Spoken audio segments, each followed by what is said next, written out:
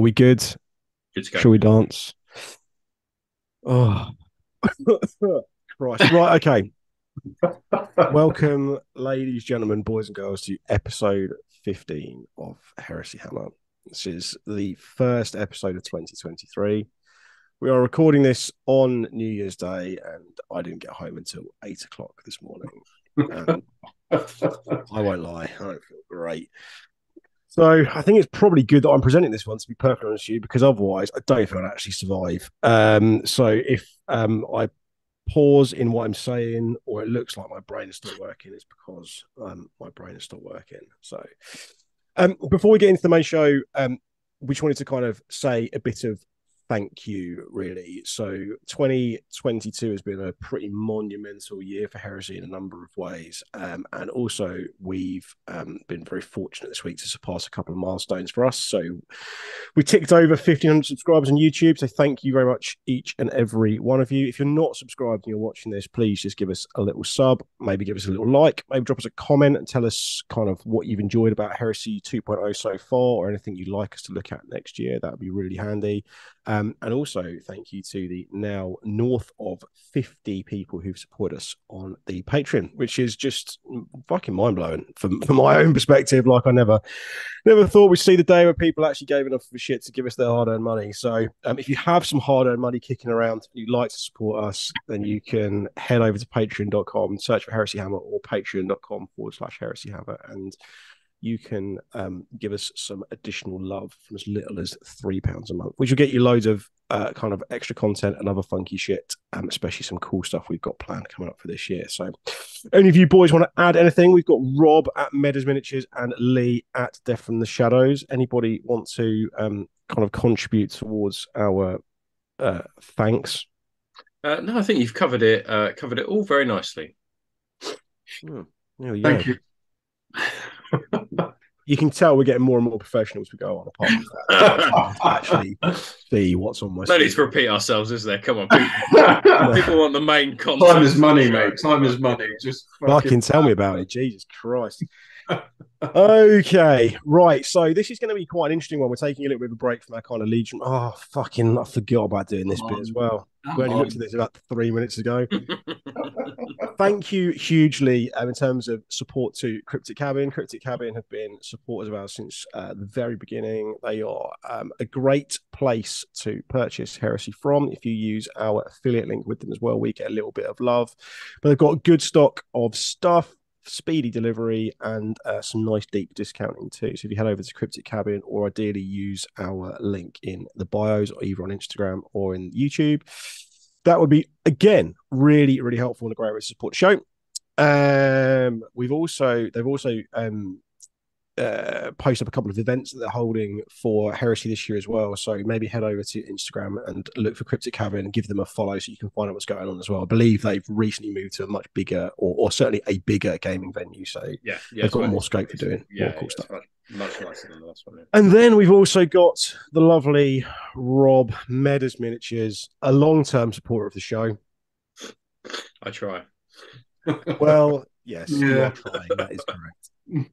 Very, very trying. So if you would like to play with a new year, new me, new Legion this year, and you can't be fucking bothered to paint yourself, then why not get Rob to do it? He does an unreal level of work in an insane time frame. So Rob, when are you currently booking commissions for? When can people expect to have an army ready? The last episode I said it was April, but that's now booked up, and I think really we're looking at sort of August, September if you want to get something in now. Well, that's useful because there's already some events planned in for the tail end of this year, both from ourselves and from a lot of our friends as well. So if you want a new army to take to those events in the back end of the year, then speak to Robert, buy some miniatures, give him some money, roll dice, have fun, live a better life. Indeed. Right. We also want to say also a shout out to our newest rogue trader, Gator 3D printing. So Gator were kind enough to supply some 3D printed goodies for our event back in September.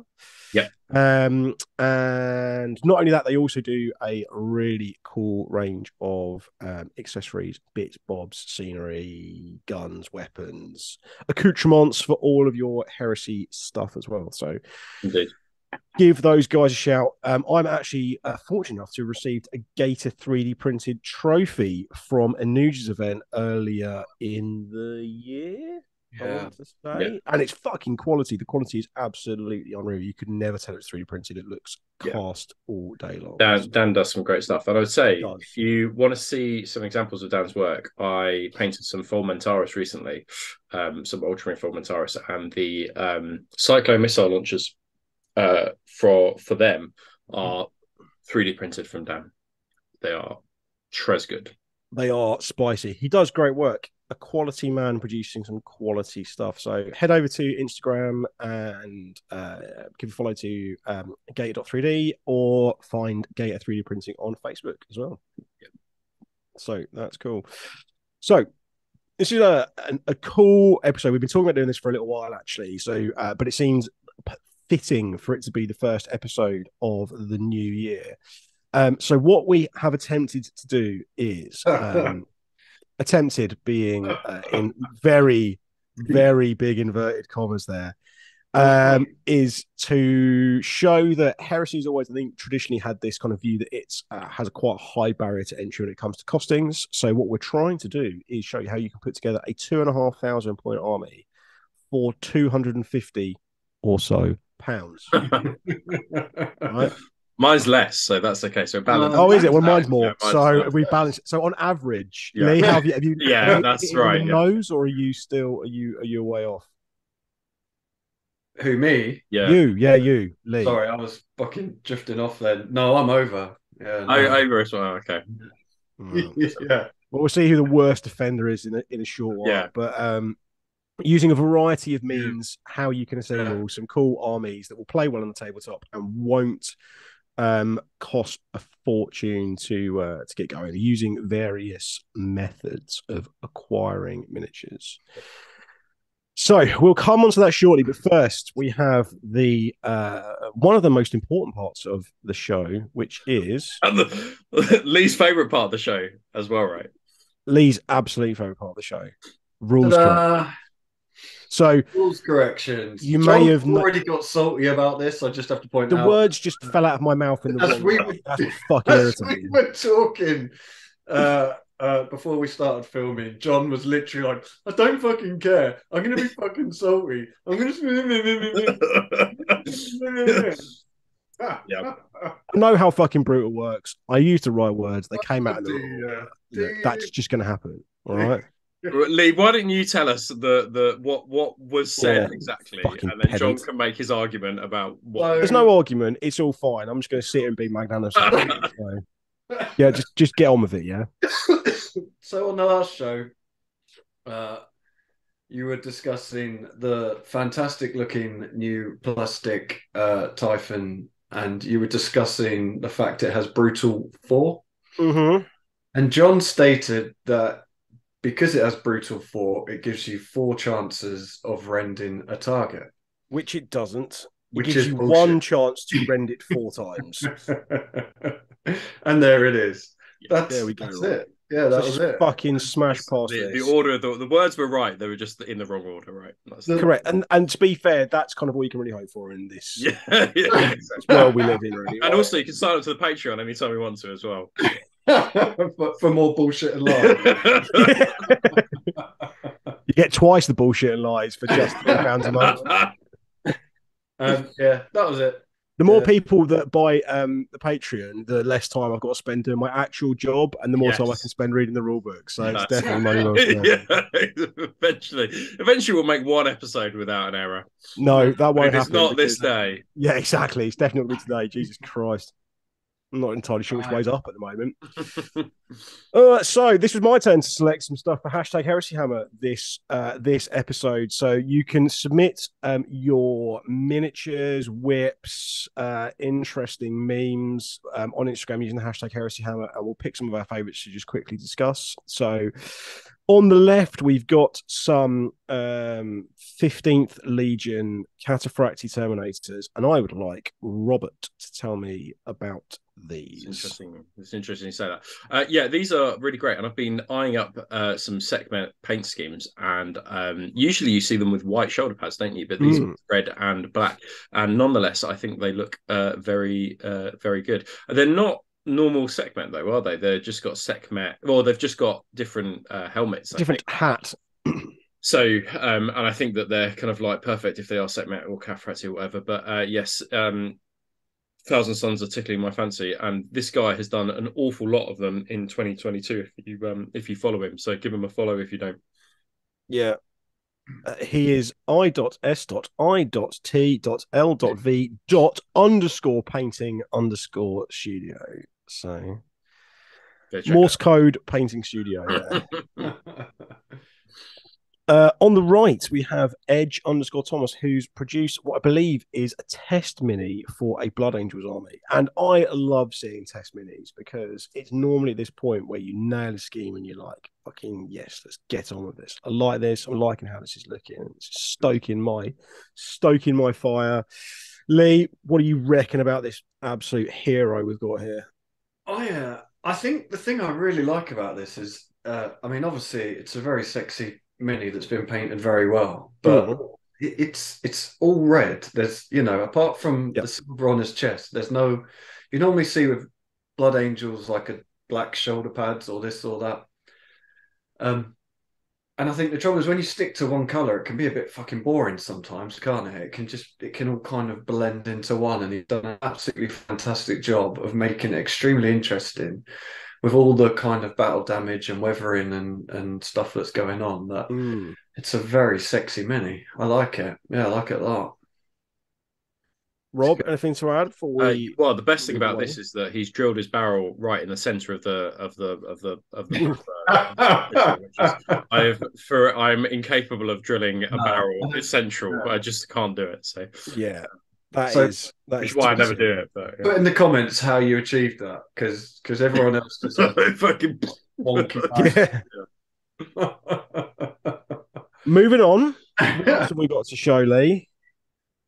Oh, yes. So, I want to talk about this Iron Warriors tank. This is a Kratos. It's fucking cool.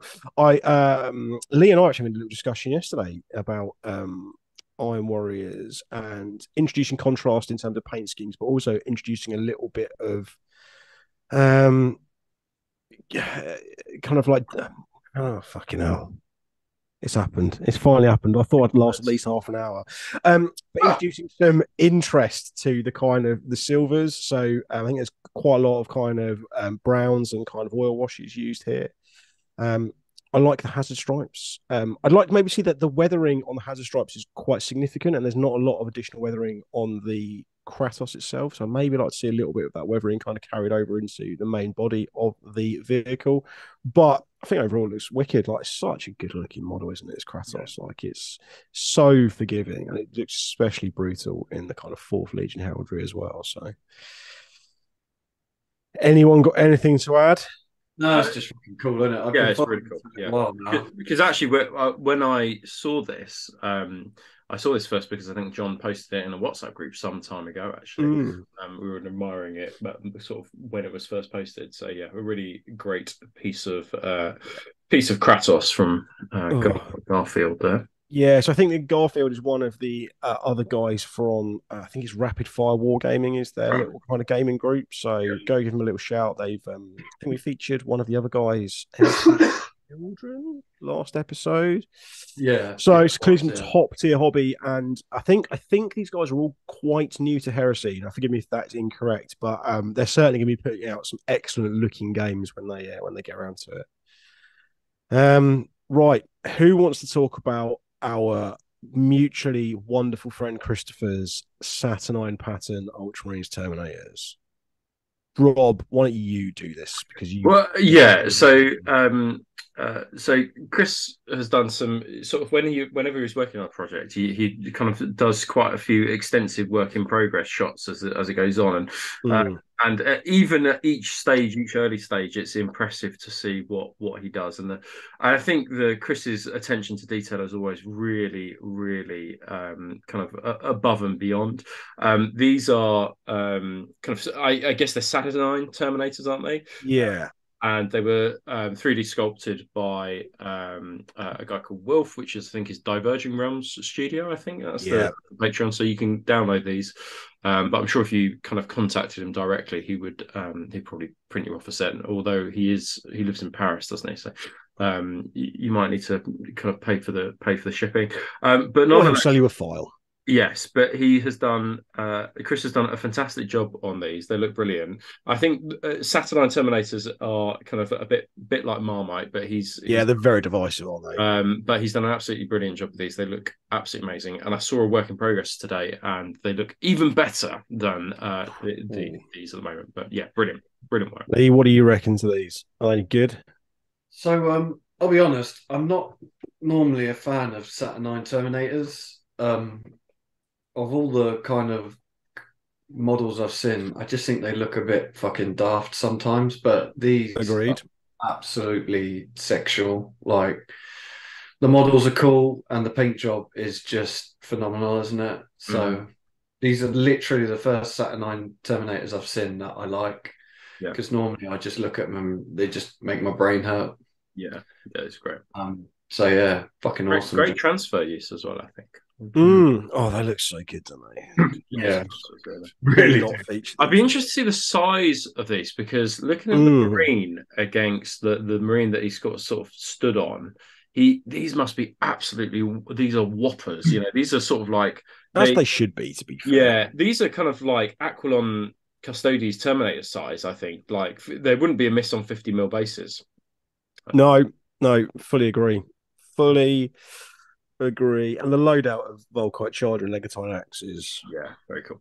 Yes, very nice. What is next, Lee? Oh, yeah, go on then, mate. Crack on. You talk about these. Fucking no, give me the one I can't pronounce. Grimoire _arts. These look fucking awesome, don't they? Like some I'm guessing Siege of Terror level kind of, they have completely lost their minds, growing heads. I don't know where these heads come from. I feel like I've seen the one on the left somewhere before, but I don't know if they're... Yeah, I was thinking that. It rings a bell. Some weird level menace here, isn't there? Oh, it just looks so good. Like, and I'm a big fan of the dark purple. Yep. With Emperor's Children, but yeah, these heads are ferocious, aren't they? Yeah, they're brilliant. I think what's really good about these is that it's not just a simple head swap, but he's also made the swords way more sort of barbed and sort of vicious looking to match with the heads, which are probably appropriate choice. I literally noticed that as you said that, but yeah, I love these. Awesome. Yeah, they look great. Terrifying, absolutely terrifying. Cool. Right. I think we've got a couple more. Oh God. So these are Mark's deliverers. Now, Mark absolutely pushed my poo back inside when we played at Scouring of Actium, and now he's gone and added one of the best combat units in the game to his army. So an army to avoid if you ever see it at an event. But I will say, though, he's not taken massed claws. No, he has been very restrained here. Yeah, interesting. He's got 2 multi-melters, to be fair. Is that legal? I think there's another 5 coming. Oh, right. Okay, that makes sense. Well, probably all with Ravens. Ravens. Yeah, probably all with Ravens talons. Yeah, exactly. Cheeky prawn. The best thing I think about these are the tilt shields. So I think these are like 3D printed, but each one's got an individualized I hadn't really noticed that, to be honest with you. I was more looking at the 3D printed shoulder pads. Are they 3D prints, aren't they? They're not the old ones. No, they're 3D printed. Old Legion ones. No, these are cool. Yeah, love these. Great. Really good. Super lovely guy. If you do see him at an event, don't actually avoid him. Like, play him. Super sick guy and great looking army. So, yes. absolutely. we got any more? I can't even remember. It's not like I picked these I out think this is yesterday. the last one. Nah, there's one more after this. Oh, yeah, of course there is. Yeah. So, I mean, if you're on Instagram, you'll probably already be following Jack Ambles of Conor. He is really making a super big effort, I think, this year with making his armies more competitive. And I don't mean that in a kind of like whack sense, but I think he's always been a rule of cool kind of player, but probably realised that there are too many flaws in his existing collection when it comes to kind of fielding them on tabletop. So these are a pair of warmongers, which he's. I mean, they're just brilliant, aren't they? I mean, hopefully they'll see some paint at some point, which is always the kind of joke with Jack, isn't it? Really, that, but I mean, what can you say? There's not many people that I can take the piss out of for their lack of painting, Yeah, but that is true. Jack is Yeah, probably the only person. So yeah, they look. The warmonger on the right hand side is probably one of the best models I've seen in 2022. I think the standard one or this particular iteration. The iteration that Jack's it's unbelievable, right? It's awesome. Like the Malagast head, making it taller, the brutal looking Thunderhammer, and then this combi kind of like combi weapon, I guess, on the like the wrist mounted. It's just really unique, really different, really fitting for Death Guard. It looks absolutely fantastic. It's done a really good job of removing all the kind of accoutrements on the Imperial Fist one as well. Yeah, that's no easy. That's no easy. A lot of stuff going on with him, and to make him look so Death Guard-y, I think is it's quite interesting though, because like obviously the right hand one is a recent release, and he's had to scale it up to match the sheer audacity of the enormous Tartarus Imperial Fist Praetor. So, yeah. I think clearly when they were printing the master, something went on there. Fly got in there or something, and it just went enormous. So 300%. Yeah, exactly. Yeah, blew it up a bit too much. Yeah, I think we've got one more image to. No, we've got two because I still know what's coming last. This is fucking brilliant. Like as we know from a couple of episodes ago, I'm on like a real Sons of Horus trip right now. So seeing this is really good. Rob, you painted a lot of tanks recently. What do you think about this? Yeah, I think it's brilliant. I think the tracks look great. I think the weathering looks fantastic. Dusty kind of effects. I could really get a sense that it's in the desert or some sort of like urban desert kind of feel. I don't know. And I love the name Horus Did Nothing Wrong. I think we don't see that enough. So yeah, it looks brilliant. No, exactly. I see this as a whip as well because it's got no gun on the front. Yeah. So we could see it when it's all finished. But he's done perhaps it's magnetized. We don't know, and it's just either way. Maybe tell us what the plan is for this in the comments below. But this is absolute baller. Really like the green. Really like the green. Like I've seen so many different hues of green, and it's completely different to the one that I've got on my guy so far. And I think it's fucking brilliant. This is great.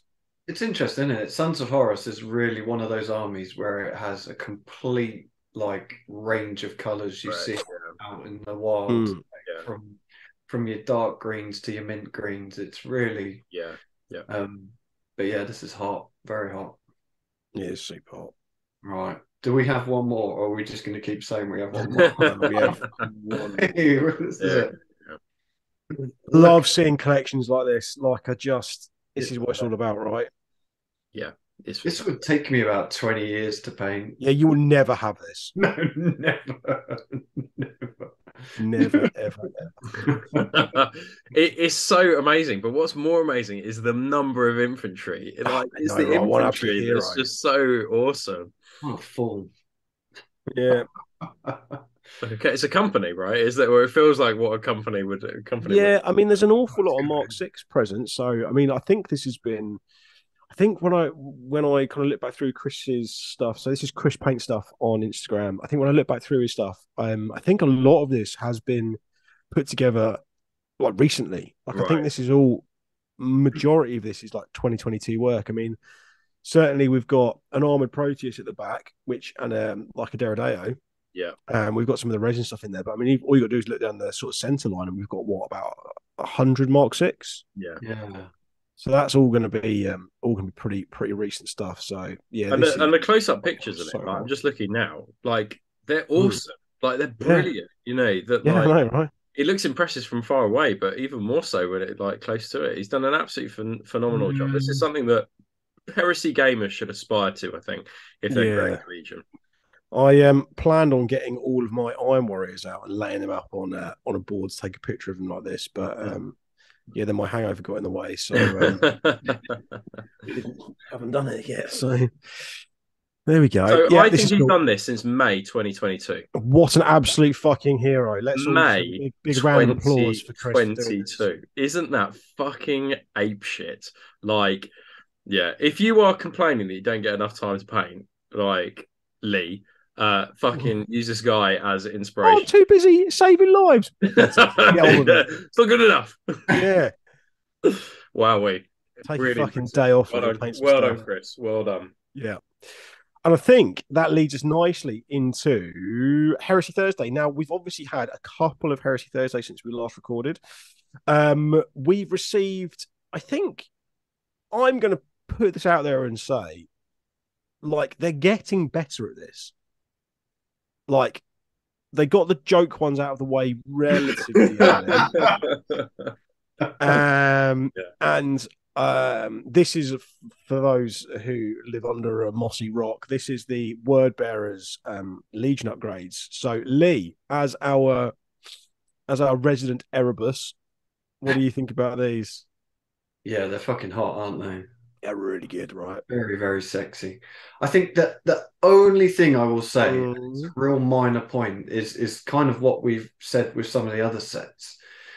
That if I have a Mark 6 shoulder pad with the Legion symbol on and it's got all the kind of ruins and engravings in, I kind of want an opposing shoulder pad to look similar. Yeah.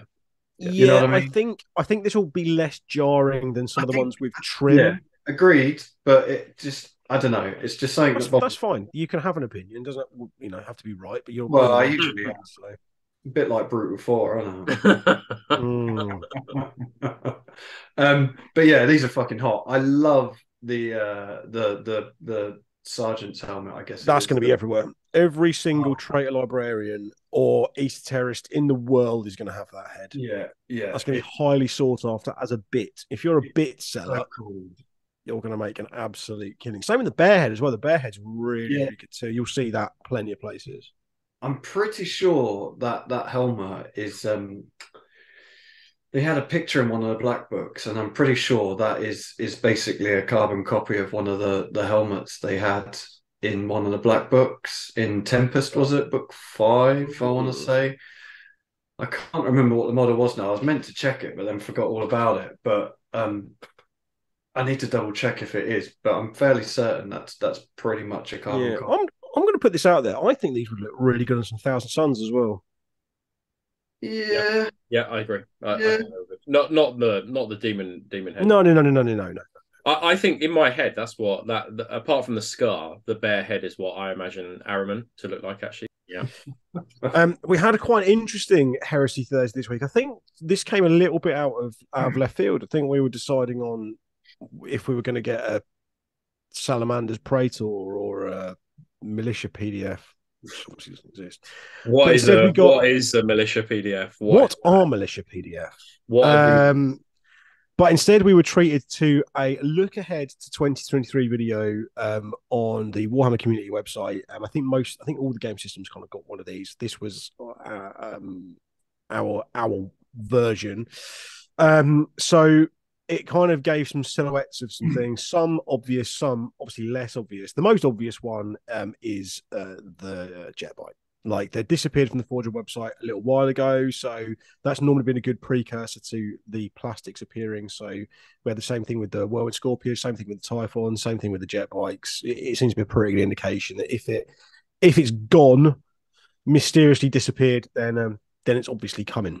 So yeah, difficult to kind of tell. I mean, we've had a little bit of a chat in some of our group chats about the front looks maybe a little bit different, but is that stuck on accoutrement or is that slightly reworked front end? I think Do the we best care? thing is that this kit is going to come with close combat arms.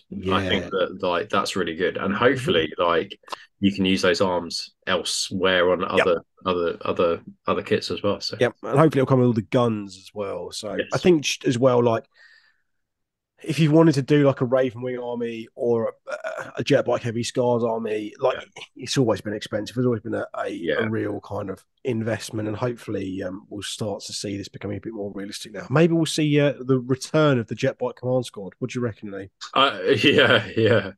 I hope so. It's one of those armies that it looks so cool. Any legion, I know there's Raven Guard or whatever, Dark Angels and whatnot, but any legion had access to jet bikes, and I think it looks so fucking cool, like an army of jet bikes. But like we said, like you're literally investing thousands of pounds to do a resin. Yeah, it's mental, isn't it? Like it's just nuts. Like, and what were they? 75 quid for 3? Was Yeah, it 72 quid, something like that? Whatever it was mad. Yeah, yeah, insane. Correct. It was mad. So anything like this, I mean, I'll be picking some up. I just think jet bikes are so cool. What armor do you think the rider will be wearing? Do you think he's Mark IV like the old ones, or Mark VI like they seem to be doing? I reckon it'll be Mark IV. Interesting. Oh, that would be interesting. Yeah, I was just looking at that then, and I'm like, you can't really tell. The only thing that kind of I think there's some clues. I think that Mark II and Mark III chain swords are slightly different. They've got like an end where the teeth go round to the other end all the way round. This appears to be flat on just one side, and I think that they would probably everything we've seen has been pretty like for like in terms of the kits that they've created. So I think that it would probably be Mark IV to fit alongside scimitars that people have previously bought as well. Yeah, interesting. I'm looking forward to seeing, to be honest, just to see how they look. But yeah, I'll definitely be looking to pick some up. Fucking plastic jet bikes. I mean, who'd have thought? Like, Yeah. I know, right? a year and a half ago, you'd have never even 2 years ago, it'd have been a fucking pipe dream, wouldn't Yeah, it? 2 I years think ago, it's this would interesting. be a dead game. So Yeah. I think it's interesting. I think that it's all very well and good having all this like jet bikes, what appears to be a demon assassin, or whatever. But there are for me, it's just like assault marines need to be a priority. Like, like close combat. Fucking hell, you're such a broken record. But close combat arms need to be a priority to upgrade kits. Like a despoiler and assault marine, like a despoiler, destroyer, assault marine plastic kit. Well, they're not going to be destroyers because I think they rescaled them, didn't they? Did we think? Yeah, only slightly. I think that only slightly though. But by the by, I mean they've got to be coming, right? I mean it's such an but I mean I would have thought from May 2022, I've been like, well, they'll be coming out next month, even they're just not materialized. So yeah, great to see this. I really hope we haven't seen the assault kits that I assume and hope are coming out next week because desperately. Well, Rob, fucking hell, save it for the end, yeah. The next one, we don't really know what this is. We're assuming it's some sort of demon assassin. There was a bit of vitriol when the Talons book dropped because obviously assassins were quite a big deal. They've been, spoken about in the lore a lot, and they've always been missing from the game. Now they're here, and it was all like loyalist only, and people got a bit weird about it because people just love to fucking complain and moan, don't they? I don't know. I don't know what you mean. I don't know what you're talking about. Yeah. So this actually got teased, I think, on the rumor engine over the last kind of few months. Yeah. And now it's here. We don't know exactly what it is, but the claw and the kind of the hair braid, I think, was like part of the kind of the original leak a few months ago, and so it's a thing. It's probably going to be Demon Assassin who we're putting two and two together and making Demon Assassin here. So that's awesome. Cool. Yeah, it's good. If it is, that's cool. Like, give the traitors some love. Yeah. What's next? Yeah. Oh. Okay, here we go. We are. I think it's almost entirely certain that we can say that the picture on the left is a plastic Cerberus. Yeah. Which I'm not going to lie, gets my bollock in a right tingle. Because they are fucking like you've been showering with mint shower gel, that kind of mate, tingly, like I'm not just showering with it, just bathing in it. Yeah. Oh, it's so good. Like the Cerberus is really, really, really cool in this edition as well. Like it's genuinely like you never saw him in 1.0. How many people do you know that had a Cerberus? Very few. In fact, I don't think I knew anybody with a Cerberus. I can count them on the fingers of my missing hand. And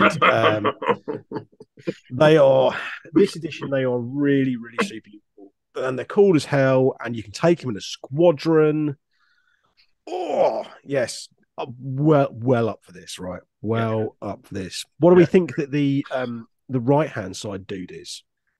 I haven't heard from Lee what he thinks it is, but I've got a sneaking suspicion. Theorize then, guys.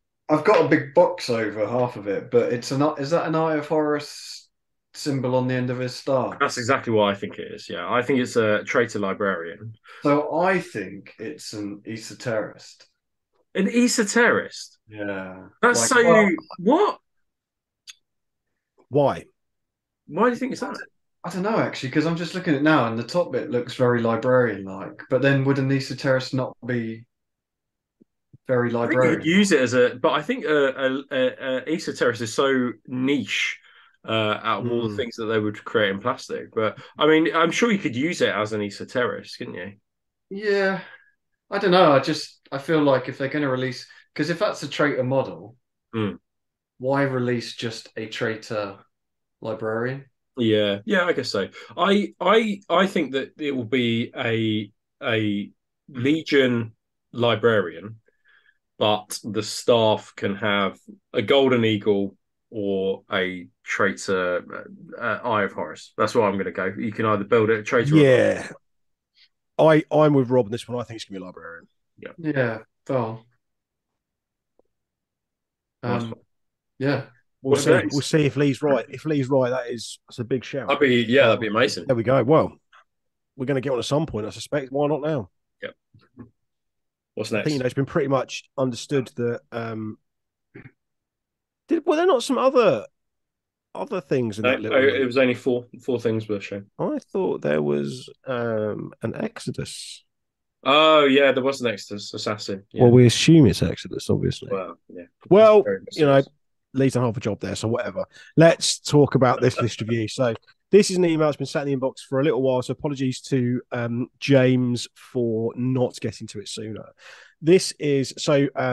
James is a good friend of Rob's who has been collecting a little Iron Hands army for a little while now, correct? He's been at this for a couple of years. And obviously with the advent of 2.0, he started to attend a few more events and kind of wants to make it a bit more 2.0-y. So he has sent us a little list to go through. So, boys, Actium happened, lessons were learned. I think he fared enormously well. I think he won 2, lost 2. I think. Oh, that's fine. That's absolutely brilliant. Well, maybe I won 2, lost 2 as well. So actually, no, I'm lying to you. I think he came third out of the entire victory point. Yeah. Actually, I think he won all his games. Actually, yeah. Iron Hands. Yeah. I also saw him again at the 30k Frontier event. Yeah, that's where he won 2, lost 2. It's a still pretty good show. Yeah. So, Varlock Ron is trading in his bike for some cybernetic augment and a new whip. Let me know what you think of this list. Feedback, suggestions, and accusations. Welcome. My intent is getting ready to bring Medusa's Fury to the Mandagoran sector. Mandagoran, whatever. So, it's an Iron Hands list of 3,000 points. 3,000 points does really seem to be the points limit that we've settled on as a community, right, for playing games and especially events, right? That's it. Cool. So he's running Head of the Gorgon Rite of War and he's running Stoic Defender Warlord trait. Anyone tell me what that does? It makes your weapons pinning. You and your unit. Right. So in the HQ slots, he's got an Iron Father, Varlock Ron, Praetor, Iron Father Praetor upgrade, and a Thunderhammer. Yeah. Can't really go too far wrong, can you there, to be honest with you? He's got a command squad, 5 power fists and boarding shields. Jesus Nothing. Christ. In a landy. There's no that is like no Fuck. fucking about with that, is it? Yeah, we're gonna if we survive to punch you to death, we'll punch you to death. And the fact they've got boarding shields, they're going to be kind of quite survivable. They're going to be scoring. They're going to be heavy. They're going to be all sorts of those things that we like to see in Iron Hands lists. And they're in a Land Raider, so nothing not to like there, is there? Let's be honest.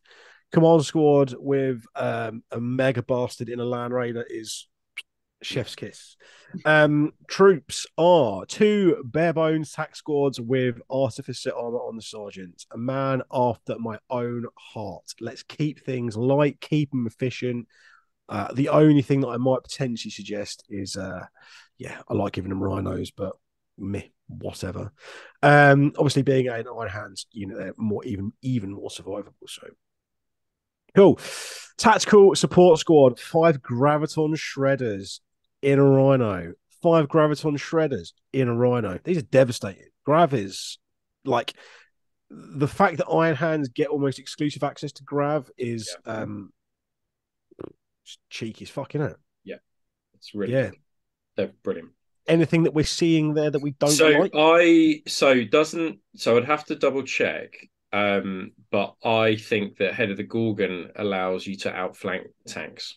Is that so? You could outflank those graviton shredder. Yeah, and the Iron Father as well. Yeah. So I could really see him doing some really cool stuff with outflanking the support squads to ruin a backfield kind of tanks and things like that. Yeah.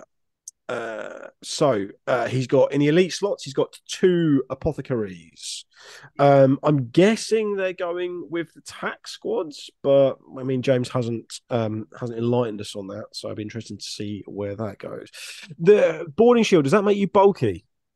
No, but they just can't go into a rhino. So that's right. Yeah, it's termites and Land Raiders and Spartans, etc., isn't it? So I'll be interested to see if there's any way of squeezing some points to Jam and Apothecary in with the command squad. Yeah, so I think this is an interesting one. So I would have thought that one of his apothecaries would probably go in the command squad there, and one of them would probably go with the heavy support squad. But I think that there's some rules discussion around can you attach an apothecary to a command squad because it's got an independent character with it. Yes. So I think that you'd have to, event by event, you'd have to discuss with the event organizer, can apothecaries go with command squads?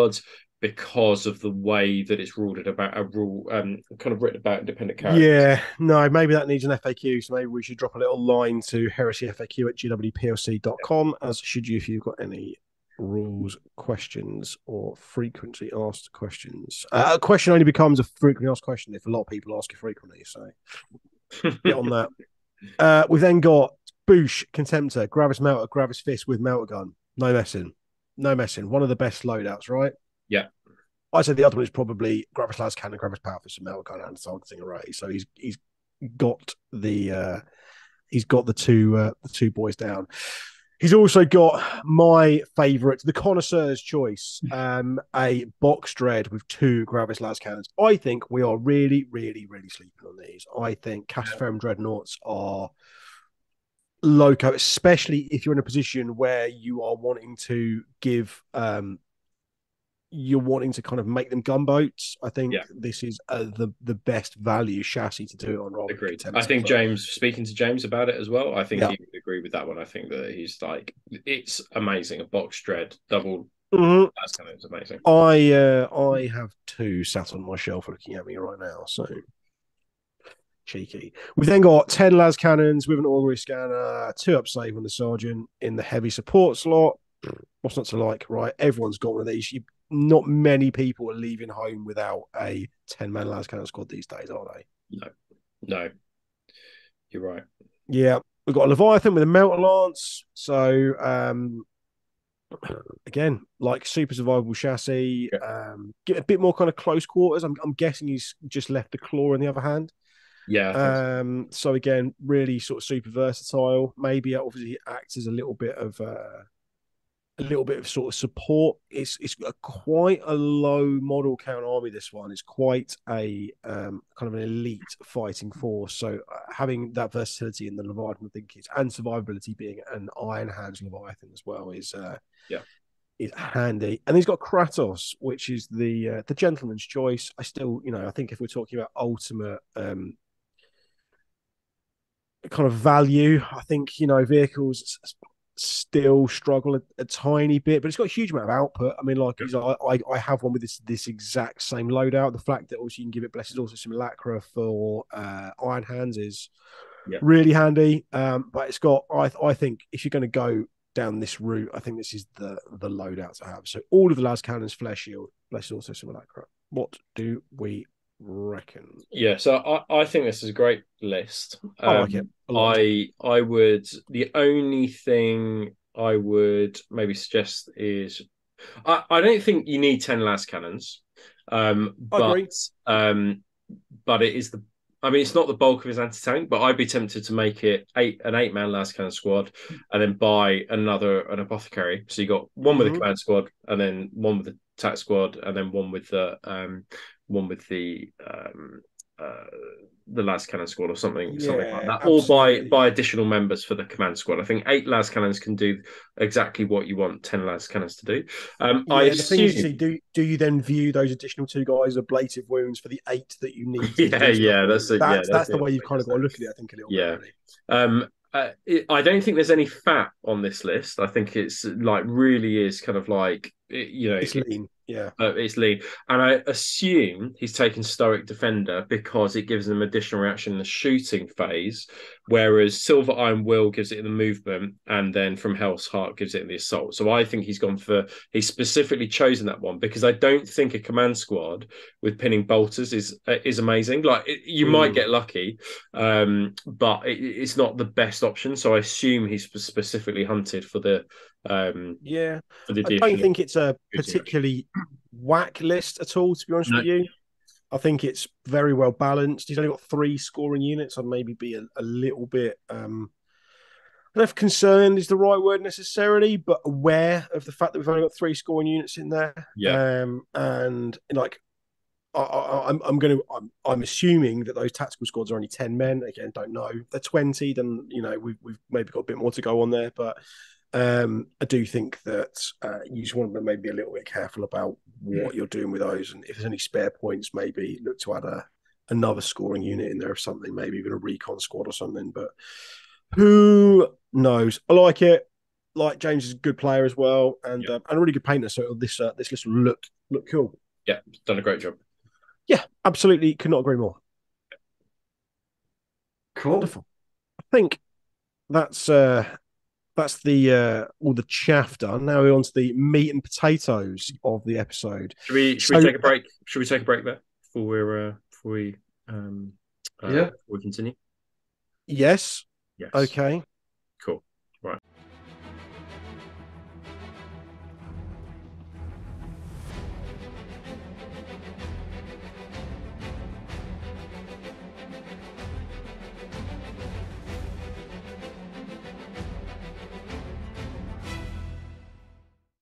Cool.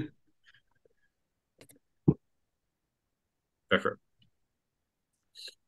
Right. I hope you enjoyed that advert. Welcome back to episode 15 of Heresy Hammer. So as we discussed at the start of the show, we set ourselves a little challenge back pre-Christmas, and we discussed about some ways that we could there's a lot of new influx into Heresy this year, obviously, what with the advent of the new rule system and obviously the huge range of plastic miniatures. And Heresy's always been this kind of had this perception that it is, it's expensive toys for elite people. And we kind of wanted to try and show that we can put together some really good armies that will play well on the tabletop, will give you some good fun and some good theme, and can be put together without kind of really breaking the bank. I think, in the kind of climate of where we sit, £250 is a relatively reasonable investment, and this will give you 2.5K to go and play some events with, really. So we all picked a Legion in secret, I think.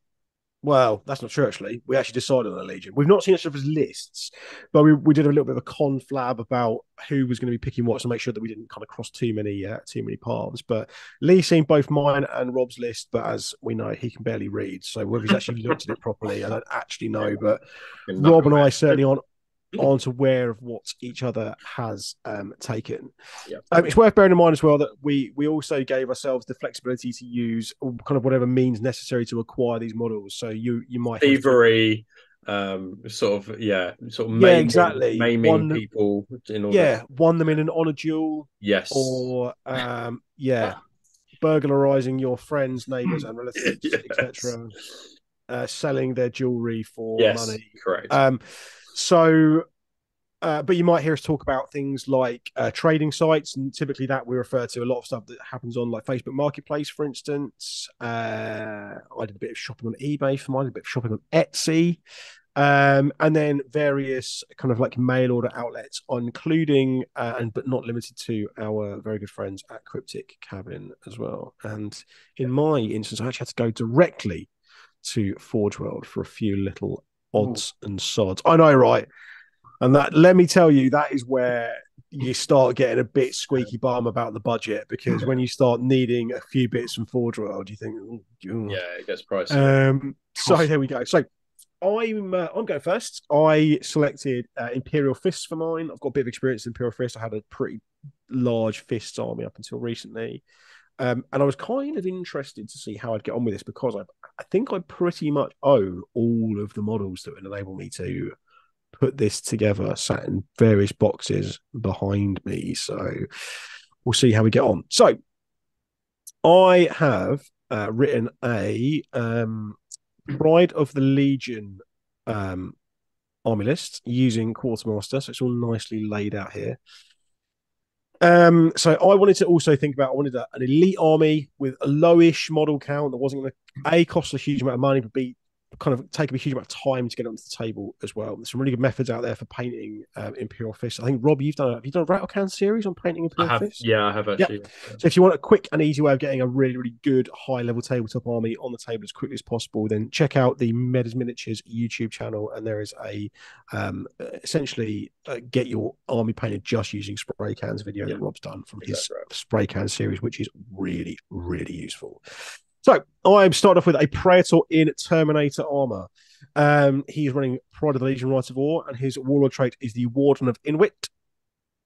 He's in Tartarus Terminator armor. He's got a Combi Bolter, a Paragon Blade, a Vigil Storm Shield, and a teleport transponder. Right, interesting. Okay, cool, interesting. Yeah, let's see where this is going. Yeah, I can see where you've had to buy from various places now.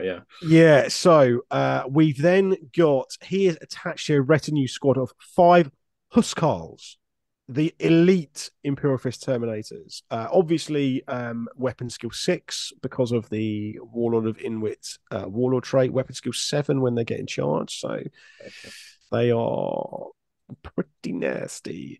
Now, obviously, I've equipped them all with Solarite Power Gauntlets, because go big or go home, right? Reasons. Yeah. If you're gonna make a hyper expensive face punching Praetor and retinue squad, you make them as smashy as possible. And also the Cataphractii kits come with power fists as well, so that's correct. So you'll notice obviously that the Praetor is in Tartarus, but because he's got a Storm Shield, like, hasn't really affected him so much, and it also means that I can use the incredible, massive, huge Forge World Praetor model, which is a particular favorite of mine as well. I've got a Master of Signals, so he is literally just bare bones, doesn't come with anything, just as he is. And I've got a Siege Breaker rounding out the HQ slots. He's got a Magna Combi weapon, and then just everything as you see there. So Phosphex bombs, refractor field, Nuncia Vox, etc. That's a solid HQ slot there, I think, for I think so. For a budget army. Yeah, I think that's pretty tasty. I'm quite happy with this.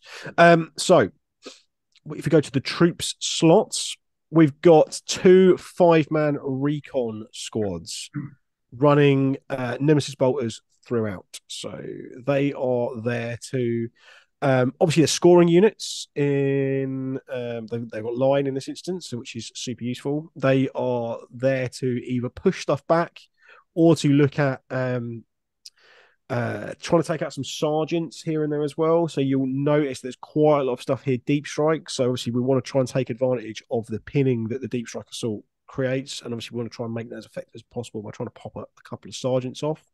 So they're a nice, cheap, effective way of being able to do that. One of the units has got a Nuncio Fox as well. I thought I'd actually removed that, but clearly not. But anyway, by the by, one of the units has got a Nuncio, just again to assist with the sort of teleportation strike as well.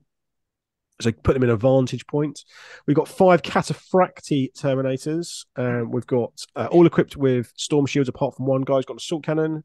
We've got a bit of a mixture of weapons in this to make them as effective as possible. So we've got the assault cannon, a chain fist, a thunderhammer, 2 solarite power gauntlets, and then the sergeant himself has also got a solarite power gauntlet.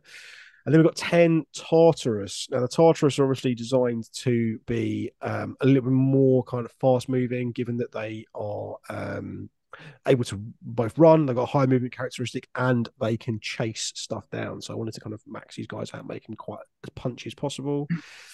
We've got storm shields, an assault cannon, 3 power fists, a chain fist, a thunderhammer, 4 solarite gauntlets, and then we've got 2 times pair of lightning claws as well. They've got Vexilla and teleport strike. So 4 troops choices. We then got in the elite slots, as we've said. I think these are being slept on hugely. We've got a Castaferum Dreadnought with 2 Gravis las cannons to provide a little bit more range anti-tank, and we've got an Apothecary. The Apothecary is designed to go in with the heavy support squad. So the heavy support squad are 10 guys with Iliastus assault cannons, with a Vexilla, in a Rhino, and the Rhino also got a pintle-mounted assault cannon because fucking love assault cannons, right? So the idea is that the siege breaker will go in with these guys with the Apothecary in a Rhino. He'll give them sunder, and then they'll kind of cruise around. That's really good. Okay, yeah. Cruise around and sort of provide some sort of medium range fire support. They've got, the assault cannons only 24-inch range, but they've got an effective like 37-inch threat range with the Rhino and their movement. And then, like I said, rending, and they've got sunder as well. So I think they can do some real work, these guys. That's a pretty interesting list for 2,500 points. And yeah, I quite like it. How did you? Are you going to talk us through how you got to what you needed to buy to get to that as well? What was in it to get there? I mean, I think, to be honest with you, I think it was the list was kind of somewhat dictated by what I needed to buy, if that makes sense. Yeah, a little bit. I did think I wanted a smallish elite army. I've kind of a lot of the lists I've been writing for other other projects recently have all been in this kind of same vein, and also as well from like my own perspective, like I own these models. Like I could assemble this army this afternoon and like start painting it tomorrow if I really like got the horn for it. So, but what's interesting is you didn't buy the Age of Darkness box there. I didn't buy the box. So no. you bought the kind of like the individual. So you the components individually. 10 Cataphracti, 10 Tartarus, like that. Yep, exactly. Yeah. So I'll give you a quick rundown as to where I went for my purchases. So he says. So my first stop was eBay. I managed to locate 10 Cataphracti Terminators for a combined total of £36.58, including postage. That's pretty good, yeah. And then I purchased 20 Mark 6 for, again, £35.98. I had a scour on Facebook Marketplace, a couple of trading sites. I managed to pick up a plastic box dread for £12 with a las cannon and a missile launcher. So we need to rip that missile launcher off. Hurl that into your opponent's face. And I also saw a couple of people selling the Legion Praetors from the Age of Darkness box for £7 each. Yeah. They're all over the place. So I'm thinking you'll use one and the some of the vehicle accessories from the Rhino kit, like the iPad and the goggles and stuff. That'll create your Master of Signals and Siege Breaker. And then obviously we've got the 20 Mark 6, we've got 2 lots of 5 recons, and then we've got the heavy support squad with the assault cannons. So for the assault cannons, I'm going to actually use the rotor cannons from the special weapons box. I think that they're the best way to do it, chunky enough to do it. So what I actually did is I headed over to our friends at Cryptic Cabin, and I picked up a special weapons upgrade box. I'm keeping the rotor cannons, and then I'm heading back to eBay with the remaining special weapons out of that box. So I reckon from what they sell for, including fees taken into account from eBay, I reckon you can pretty much wash its face. So I reckon you can basically get the rotor cannons free. I agree with that, because whenever you want to buy like 10 rotor cannons, like they go for like 10, 15 quid, just alone, right? So I think once fees and postage is taken into account, I think you can basically get them for nothing. So I've actually in my list, they account for 40 pence of my £250 budget. I also picked up 10 Tartarus Terminators in a box for £41.50p, and a Demos Rhino for the cheapest I could find online was £22.27. So I've got a couple of other little bits and bobs. I headed over to some of our 3D print friends. We've discussed a couple of people. So we've got some a 3D printed Dreadnought las cannon left arm for £5, an Apothecary for £8, and then I also went and sought out our good friend Archie from Archie's Forge and picked out some of these really cool storm shields for the Tartarus. And they are coming in at they were £8 for the storm shields for the Tartarus. So that's awesome. Pretty happy there. Other shields are available. Other shields are available. Other 3D printers are available. I was just particularly liked these ones, and Archie's a cool dude, so I thought these would work really nicely. So how much did you spend in total? So hold on, I've not quite finished yet. I've got the last bit was I went over to our good friends at Forge World. Excellent. And I picked up a Legion Praetor in Tartarus Terminator armor, the Imperial Fist dedicated one, because he has a Vigil Pattern Storm Shield and a Paragon Blade. 2 packets of Vigil Pattern Storm Shields for Cataphracti. And a pair of Iliastus Pattern Assault Cannons for Terminators. For a grand total of £261.57. £7.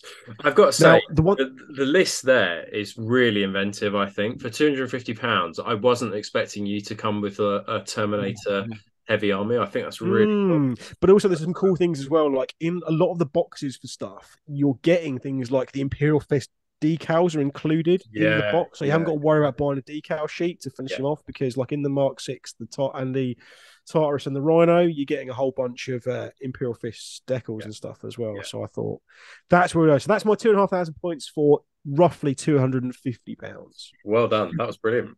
That was excellent. There we go, boys. Great work. Rate my list. What do you think? I think it could be pretty good, actually. Like, and then I mean, the next thing that I suppose you could do if you wanted to splash a bit of cash, you could get Rogel Dawn, and then it would bump it up to about a 3,000 point list, and he can deep strike with the Praetor and the Huskars, right? Yeah, exactly, precisely. Or you can take the Praetor out and just run Rogel Dawn and free up a few more points. I think I'd quite like. I was really trying to cram a Leviathan in there, but I just couldn't couldn't quite make it work. And I do really like the idea of running the assault cannons in a Rhino with a siege breaker. I think that is really sundering assault cannons are something pretty hot. So I'm more than half tempted to put this army together and see how it behaves. So like I said, I've got all the minis. What's stopping me, really? 250 quid, I think it's a bargain for the amount of fun you'll have with that. I think it will be fun. Like it's got some shooting in there, it's got a dread, it's got some deep striking, it's got some sniping, it's got some weight of fire. I think it will be a really fun army to put together potentially. So, awesome. There we go. That's my list. Great. Right. Bum bum bum. So, over to me. So, I think the other thing to say, John, I think you said it at the start, but we also tried to make lists that were relatively competitive as well, that wouldn't get completely annihilated Yeah. from Oh the God. get-go. And so yeah, so I'd be interested to see what you think of think of my list if Lee takes us over. So I'm doing Alpha Legion. I tried desperately to get Alpharis in there. Yeah. It's just too expensive, right? It's just too expensive. Like basically, it's not the points that are the issue. It's the if you're trying to do it on a £90. budget, it was £90. 91 pounds for from Forge World. I mean, you might be able to get them off eBay for cheaper, and then get and then scrub him clean. But it was just impossible, and I think that I tried to kind of go, well, I'll spend that amount of money and do deep striking Terminators, but no matter how I did it, I just couldn't. I couldn't justify the cost in a 2,500 point list. So I went for this with the thought of adding him in order to kind of make up the points, to a 3,000 point army rank. I already like this list. So, first of all, we've got a Master of Signals with Power Weapon. I'll go through just as John did, kind of where I kind of got all these bits from. I went for a Praetor with a Paragon Blade and a Jump Pack, Mouse Bombs and Master Crafted as well. And then I went for, using Coils of the Hydra, a 10-man Imperial Fist Huskell squad with shields and Solarite gauntlets. Now, the idea there is that the Praetor, because he's got a jump pack, has unlocked Deep Strike, and then he can be joined with the Imperial Fist Huskar squad, who come with Deep Strike natively, and then they will come down as a unit together. So if you're thinking, I want my guy to come in, just slap a jump pack on him. Though it doesn't say a jump pack there, but there is one, and then he can come in with that unit. In terms of the troops choices, so we've got Attack Squad, Artificer Armor, Power Fist, Nuncio Box, and Axilla, and we've got two of those. We've got a Contempt of Dread with a targeting array and double Gravis Las Cannon, and then a Contempt of Dread with a target array and double Gravis Melter. So this list, apart from the Huskarls, is a really shooty list. In the fast attacks, we're going 6 Headhunters with Artificer Armor and Multi-Melter, and then same again on that one. And then the Headhunters come with Bane Strike Bolters. So even then, they are... there'll be AP2 on 6s.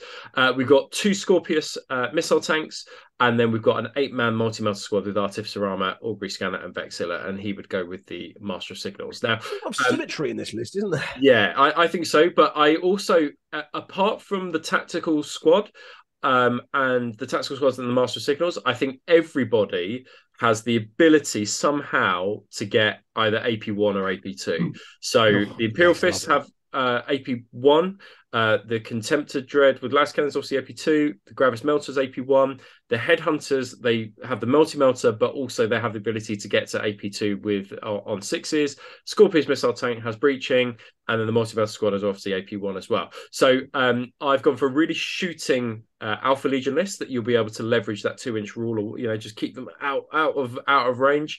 But hopefully there's a lot of firepower to take on your opponent, and then you've got the Imperial Fist. I think this would be very fun to play with my Imperial Fist list. I think so. I think so. Game. Yeah, really, I think so. I think you could give it quite a whirl. I think, and I think it'd be quite a good match. So in terms of how I got there, so I bought the Age of Darkness box for £144. That's the kind of the cheapest I could find it. And that's obviously gives you the 40 Marines that you need for this list. Yep. It gives you a Praetor that you can choose which one you want to do, and then a Master of Signals. You can choose which one of those you want to become your Master of Signals. And then with that box, though, what you're going to need to do is you're going to need to sell that Spartan. Now, I bought only this week a Spartan for £40 off a trading site. So you can sell that Spartan back to somebody for 40 quid. So you've made up 40 quid there. So you've only sold £104. You've only spent £104 so far. I then bought a Contempt of Dreadnought for £28.80. And with the second Contemptor, the one from the Age of Darkness box and the one that I've just bought, I will give the I've now got 2 melters and I've now got 2 las cannons, and then you can share them between the kits. I've bought 2 Scorpiuses, so £30 each. And then I have had to buy a whole box of the support options, which is the multi-melter, the flamer, and the plasma cannons. And I bought that for £22. Now, my plan, though, is to keep the multi-melters within there, the 10 multi-melters, obviously give one to the headhunters, one to the other headhunters, and then 8 for the multi-melter squad. And then sell the flamers and the plasma on a trading site for a tenner. I thought I'll make back a tenner from there, right? Yeah. And I think they would be snapped up for a tenner, flamers plus every melters. Day of the week. Absolutely, easily be snapped up. But then I had to go to Forge World. And I had to buy the storm shields, sorry, the shields for the Imperial Fest Huskar squad, and 2 boxes of those were £35. So that gives me 10 shields plus along with the arms as well. And that leaves me at £239.80. So I've got just over £10, and with that £10, you need to buy yourself a jump pack off a trading site. So you could get it 3D printed by Gator 3D, or you could go see if somebody's got a spare Mark 4 or a Mark 2 jump pack, and then you've got a little bit of cash left over, hopefully, because a jump pack won't cost you a tenner. Plus, you've also got things like the rules, which you didn't get with. Exactly right. Yeah, List, exactly. right? So you could always sell those bits on as well. But if you're new to Heresy and looking into getting into it, you could spend 250 quid and have a reasonably decent Alpha Legion force. Yeah, that's really cool. And then from there you can add to it to your heart's content. But the whole idea is it's a heavy shooting army working at range with a deep striking kind of element that will survive if they get charged or if they charge as well. Love that. So Lee, I think you've got to go quite far to top these lists. What have you been working on? Because I think originally you were looking at Raven Guard, right? And then I think you decided that they were some sort of bitch legion. You wanted nothing to do with them. Yeah. So when I started looking at this, I was a bit like, whatever legion I write a list for, I'm going to end up doing an army for. Yeah.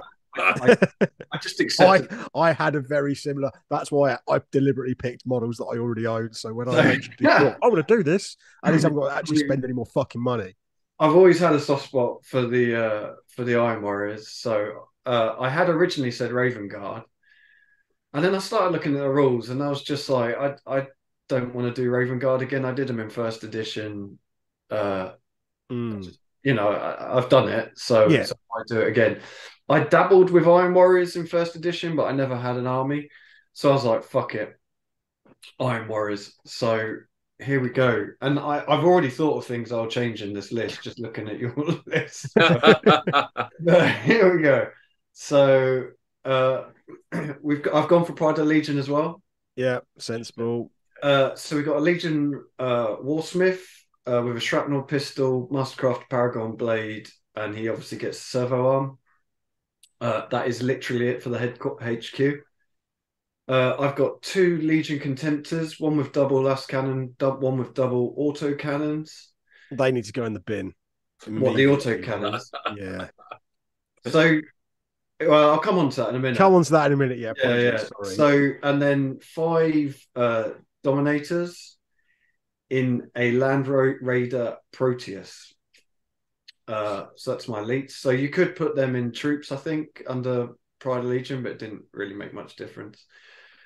I've got 3 5-man Cataphractii. Well, I think it does, because won't they get when they go in line? No, only the compulsory. Oh, it's only this Legion. Yeah, only the compulsory line. Yeah. So I've got 3 Legion Terminator Cataphractii squads, all the same: 2 chain fists, 2 with double lightning claws, 1 with a power axe, and one of them will be armed with a Reaper autocannon. I've got a 15-man tack squad with shrapnel bolters, chain bayonets, all the goodness. A 10-man squad with shrapnel bolters, chain bayonets, and I have a 7-man Iron Havoc squad with autocannons. So that comes in at 2,497 points. So the things I would change is I'd forgotten all about it, but under Pride of the Legion, it's only the compulsory troops choices that gain line. Right. Yeah. So what I would actually do is take that third Cataphracti squad and merge that in with the other two to make them more survivable. Yeah. So I would just make those two squads a bit bigger. So that's pretty much the only thing I would change. It was a bit of a pain, to be fair, because I wanted the Dominators, because I think the thing that Iron Warriors lack is close combat. They're also the best. And I can attest they are so good. So the kind of plan of this list is fairly obvious. The Terminators and attack squads fucking score, and the Contemptors and the Iron Havocs give some supporting fire, whilst the Dominators fly forward and punch things. But what I hadn't realised was the Dominators can't take a Spartan as a troops choice, as a dedicated transport. You can only give them a Proteus Land Raider. Right. Interesting. Which kind of fucked me over, because obviously in my plan was to buy the box and have the Spartan. Yeah, okay. A 10-man Dominator squad in a Spartan. And with Pride of Legion, you only get one heavy weapons slot. Yeah, so you can't. Heavy support slot, sorry. So I ended up taking the Iron Havocs. So the way I kind of purchased this, I brought the box set, sold the Spartan for I said 30 quid, but oh yeah, no, you can make another tenner from that. Yeah. If you're going for 40 quid, then that changes my overall cost. So I brought the box set, sold the Spartan, I brought 10 Cataphracti, I brought another Contemptor, I brought the Land Raider, and then I brought the weapon upgrade for the autocannons, and then sold on the remaining weapons for a tenner. So that gave me a total of £246.20, which then leaves you £3.80 to go on eBay and try and get a servo arm for. Okay, yeah. That's good. To bastardize that. But the reason I took the autocannons on the Contemptor was because I wanted some long range shooting, but you only get one last cannon. Yeah. With the Contemptor, and I didn't have money to buy the upgrade weapon set. Yeah. Otherwise, what I would have run is one with double last cannon and one with what do you call it? I can't think what it's called now. The cannon that increases with strength the further away you are. The conversion beamer. Double conversion beamer cannon. And that's that. You could always go double melter though, right? I mean, that would. Yeah, I think that's the way. Personally. Yeah. But autocannons look cool as well. Yeah, they're autocannons. Iron Warriors, I think. Yeah, they are. That Iron Havoc unit will obviously do great things because it just will. I will say about autocannons as well. And this was just a 5-man autocannon squad. A 5-man autocannon squad for me in a game the other day. Destroyed a Land Raider on a return fire. Just went like honestly, it was just like I was hunting for the 6s and then boom, boom, boom, boom, boom, and it did it. Like autocannons are fucking amazing this edition. They're so good, especially with Iron Havocs because they're they're free. Yeah. So you haven't got to pay for them, and they're hitting on 2s. Can I, Lee, offer some suggestions? No. Let's crack on then. Right. So. Yeah, go on then. Come on. Hit me with it. Right. I like the idea of making the Terminator choice a bit bigger. So I definitely think bumping them up to 7. Yeah. This is what I would do. I would lose the last one, the 5th Terminator. I would lose the Reaper autocannon from the Dominators. I would lose the chain bayonets from both of the tack squads, and I would use that money to take, because the Dominators can take a multi-melter. They're one of the few things that has access to a multi-melter. So I'd try and get a multi-melter in there, and I'd use the remaining money to buy Siegebreaker.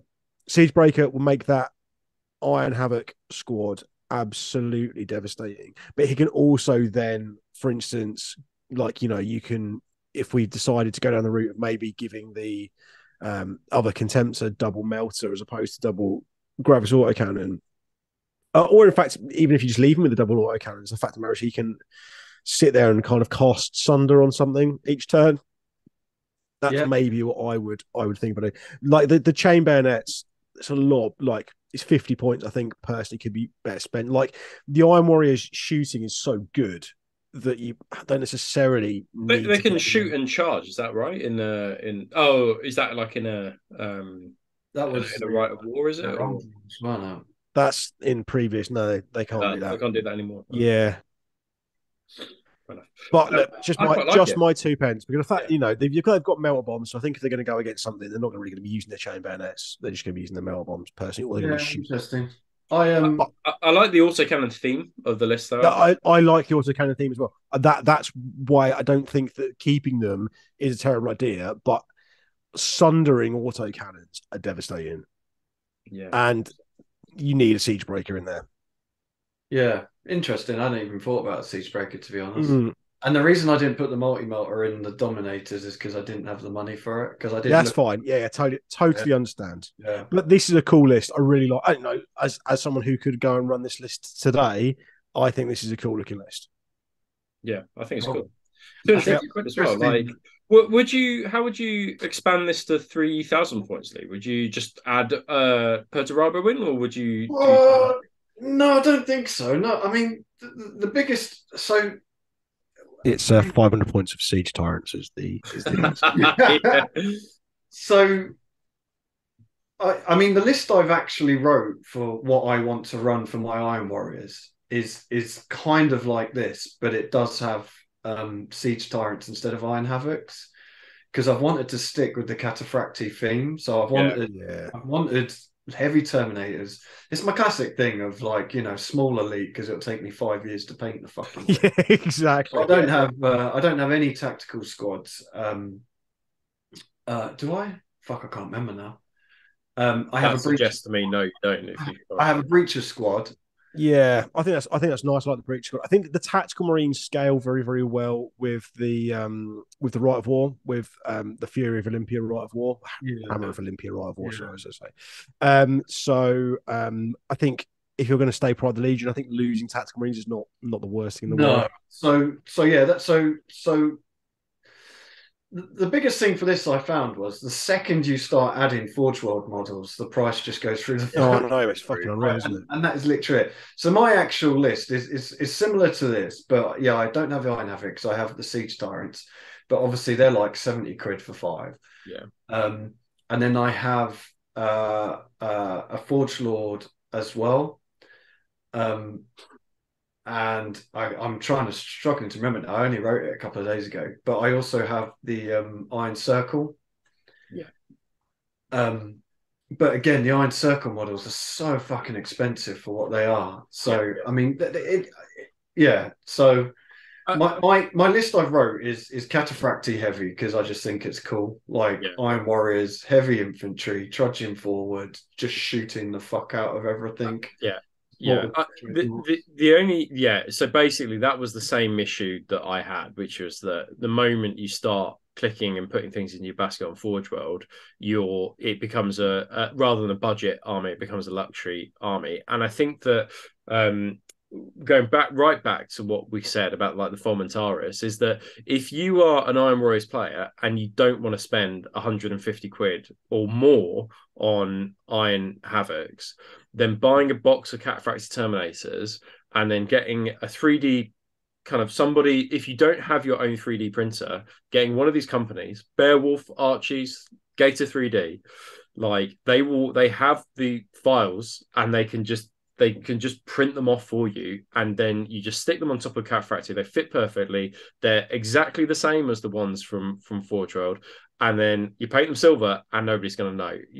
And like the Siege Tyrants are cool models, like they look awesome. But if you are somebody who wants to play but can't afford or can't justify 150 quid on 10 guys, which is obscene, quite frankly, then go to 3D printers, because they have all these files and they will just print them off for you, and it will look just as good. Yeah, Yep, could not agree more. 100%. I find it. Can I just ask one thing about your list, Rob? How many scoring units did you have? No, I only had two. So I was going to say this, but I actually forgot. So I only had two scoring units, but I was looking today, and you could take the Headhunter Leviathan, but even then, in that Rite of War, they become troops, but they don't get line, and then your heavy supports have to come in. Your heavy support tanks, I think, have to come in.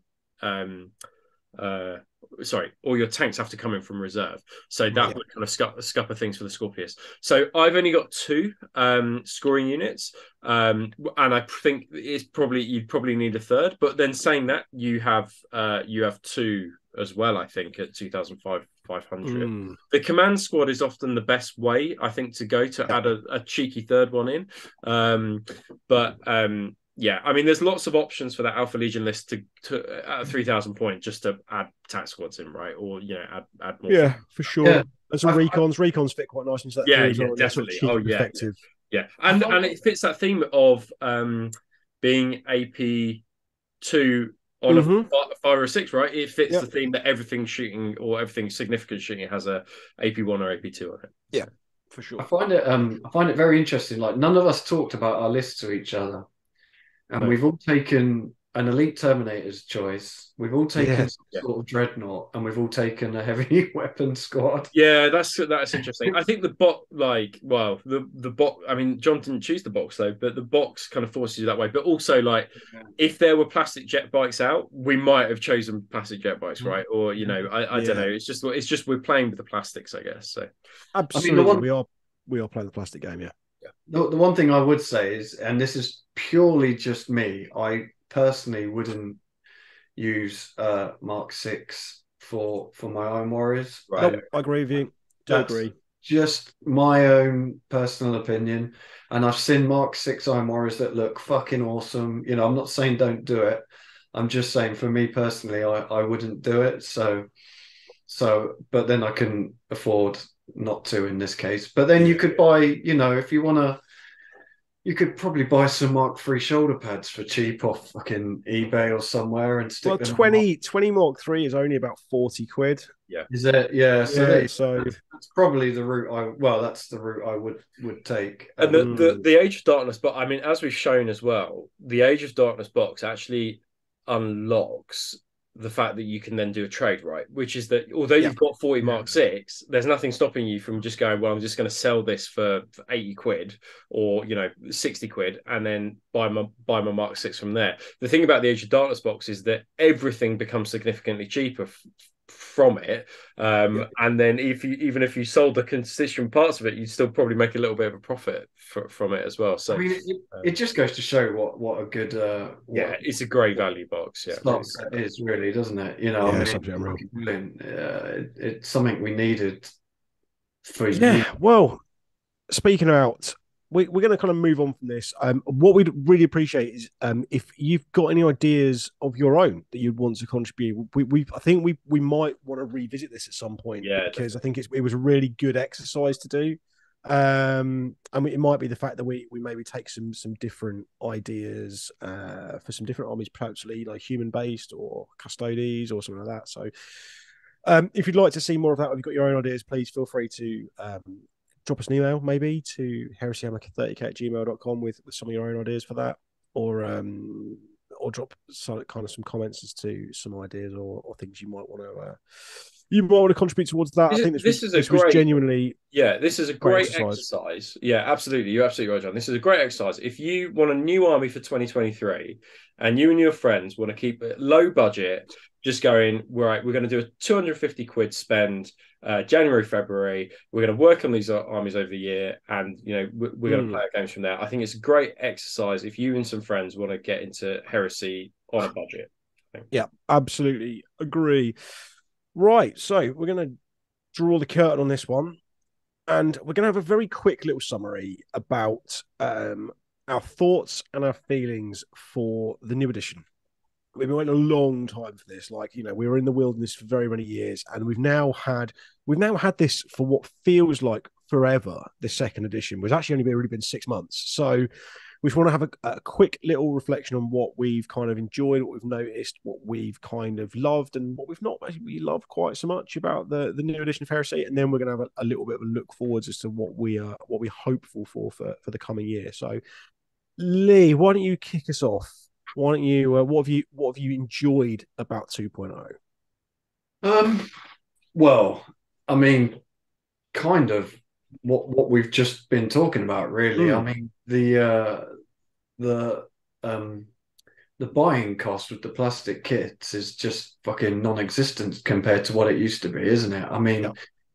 you know, we've just done 3 lists there for 250 quid roughly each. I mean, 2 years ago, you wouldn't get 1,000 points for 250 Fucking hell, quid. no way. Like, Fuck me. yeah, you're When you're absolutely right. spending Yeah. 80, 90 pounds on a resin, Yeah. 10-man resin tactical squad, right? I mean, the first Yeah. thing I ever brought, I mean, and this is fucking what, 2012, Mm-hmm. was a 10-man Mark II resin tac squad, and I think it cost me like 70 quid for fucking 10 dudes. And those prices have only gone on up. I mean, you can't buy them now, but you know, like it's just not comparable. Like it's given so much access to people that wanted to play it, but just couldn't fucking afford, couldn't afford to get into it. So I think one of the biggest wins of 2.0 is the fact that they have taken it on and they're producing these amazing plastic kits that look fucking awesome and are just, they're not fucking resin to build. Yeah, I could bang on about it all day, but Yeah. I think a good point, well made. Rob, have you got a different thing that you've really enjoyed about 2.0 so far? Yeah, so actually, I'm just writing some notes here. So maybe you could go, John, and then I will tell you my thoughts if that's okay. So I think it's just been nice to see some new people. To be honest with you, like the last year of 1.0, I think every event I went to, it was the same crowd, and there's nothing I did disliked about that, but it was like you knew who 80% of the attendees were going to be before you even turned up to the event, right? And I've really enjoyed the events of the last sort of 6 months, going to and seeing new people or people who are returning to the hobby who I never really got to meet first time round. I think that's been really good. I think like you could go to 3 events a month at the moment if you really wanted to, maybe even one a week if you really kind of hunted around. I think that in itself is huge for just kind of keeping that enthusiasm going. Like, we need to kind of keep this freight train rolling a little bit when it comes to enthusiasm for the game, because that will keep people engaged and it'll hopefully let people drag their friends along with them or introduce new people to the game. So, it's always going to be kind of quite secular in terms of, like, we've got all these new plastic kits. It's kind of our responsibility to go and buy them so that, the sales figures are good enough that GW continue to want to have the desire to produce stuff for Heresy. So we can't unfortunately let it all be sort of fueled by the company itself. Like, we've got to kind of want it, really, I think. And I think, like, even 6 months in, I think people are kind of wanting it more than ever. Like, I'm not really seeing, I don't know if this is just the kind of echo chamber that the internet can become, but I'm not really seeing the huge proliferation of, like, people selling armies and getting out of the game that I thought I would. If anything, Yeah. I'm still seeing more people saying, I'm looking to get into 30k, I'm looking to come over from 40k. I've played AOS for a few years, I want to give Heresy a go. Like, where do I start? I'm seeing more of those posts than I am people selling stuff because they've bought an Age of Darkness box and they're not using it. So yeah, that's a really interesting point, to be fair, because it's something we kind of forgot about. But we were all joking, within the first month, everyone will be selling everything. And we saw a few posts come up, oh, I don't like this, I'm getting out. Yeah, it's not for me, etc. Yeah, I get that. But yeah, not the absolute horde of people that we thought would just buy into it and then sell it off a month later. It just hasn't happened, does it? No. Yeah, no, that's a really interesting point, to be fair, mate. Yeah. All right, Rob, hit us with your essay. So so I'll do the pros. This is Rob's dissertation, by the way. So please settle down. New rules was that's been great, because basically we'd had the same edition for 10 years, and as a result, it hadn't got boring. I wasn't bored playing Horus Heresy, but you do need challenges as a gamer, new rule sets to keep the neurons going and to keep you engaged. I think that the new rule set and the number of changes, that's been fantastic. And actually, I quite like the way that the new Horus Heresy plays. I think that's great. New models, new plastics, even more stuff coming in 2023. New Primarch models, looks like they're coming. That's going to be fucking awesome.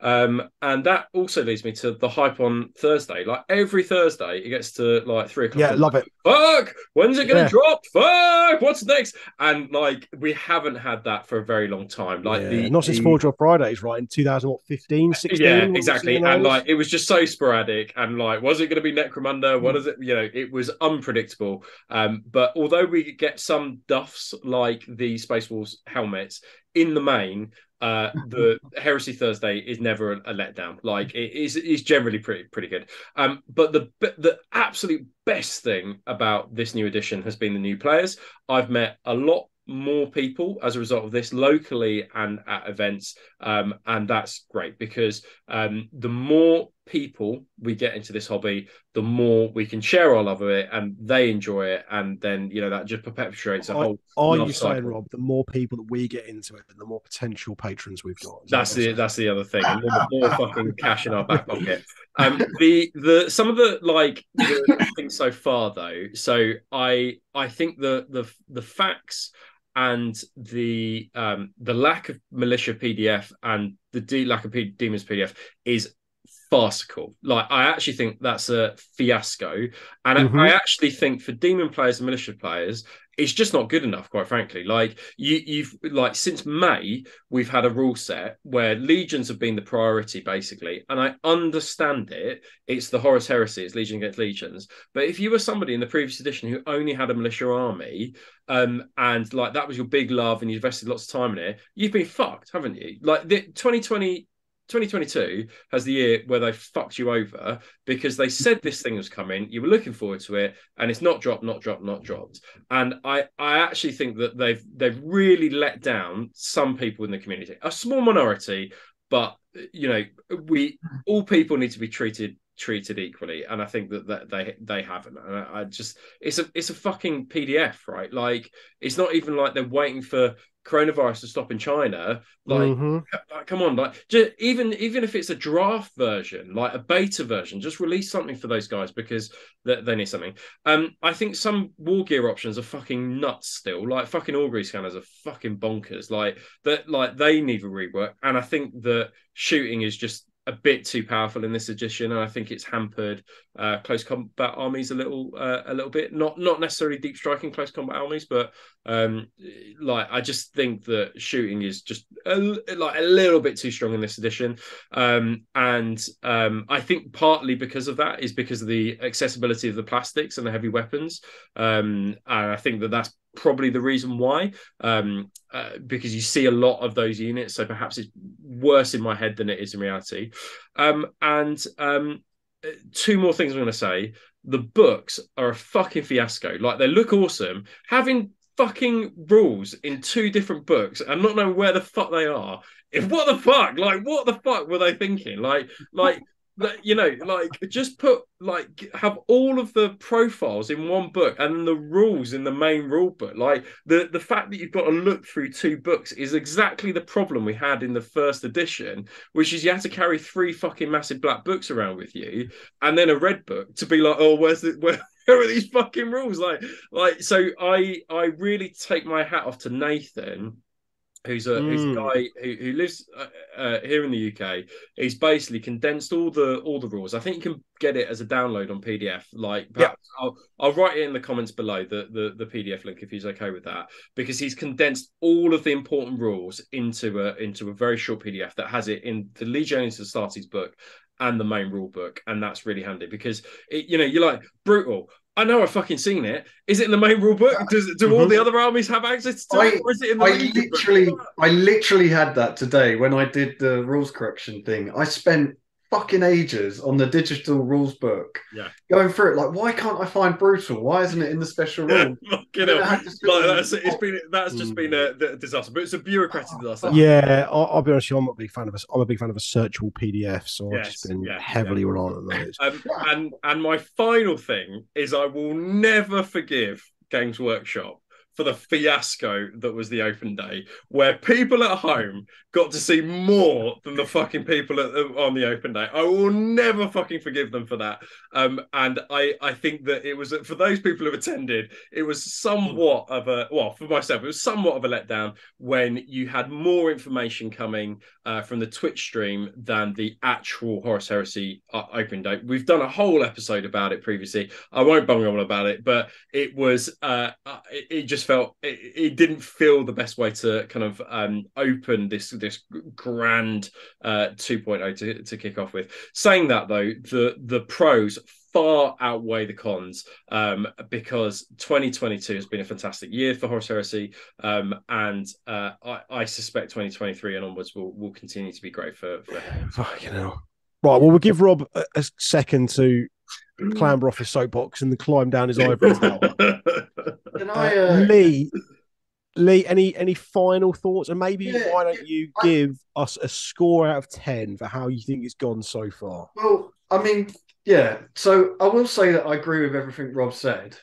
Oh, so do I, by the way. Apart from the fact that just searching just searchable PDFs. You're absolutely right. Yeah, you're right about that. But what I will say is having been in the Heresy from kind of close to the start, and then it's easy to forget where we've come from, you know, and anyone who was in, I mean, when Alan Bly passed away, you would never realize that the death of one person could have such an effect on the game. Like, we just heard nothing. Like, Forge World and all the rumors I heard were like, literally no one knew what the fuck was going on. Like, we literally got nothing. You know, people started drifting out of Heresy, just started giving up because there was nothing new coming, which leads into what you were saying about just playing the same people. And it really was. And it was people who'd been in it for years that were just fed up of never, ever getting anything, you know, like, if we got like a single model, everyone would lose their minds. It really did. And to be honest, at one point, I did think that they were just going to scrap Heresy. I did.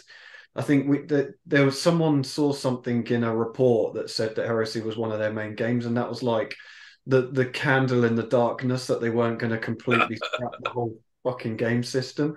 But it really was, like, it really felt like you had the hashtag Heresy's dead, which started off as a joke, and then everyone was kind of like, well, actually, fucking is it? Because we're getting nothing here, like literally nothing. You know, and then you fast forward to this year, and I agree with, there are a lot of teething problems. Like, they need to address things like, and I think some of it is easy to address. They just need to do it properly, like augury scanners. But fuck me, you know, like every week, every couple of weeks, we're getting new stuff.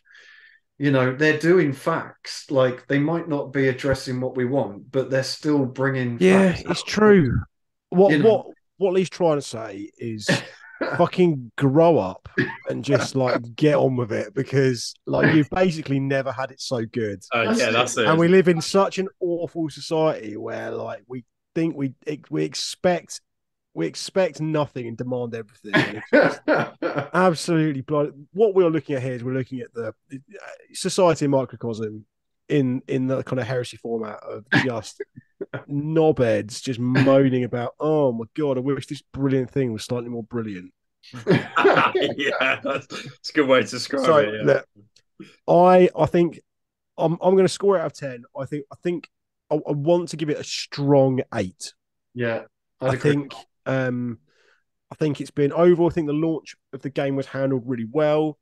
Apart from the open day, didn't bother going because like I knew it was going to be shit, and turns out I was right to not invest in weekends worth of time and several £100 going. So yeah, you know, laziness pays off for me yet again. Rob,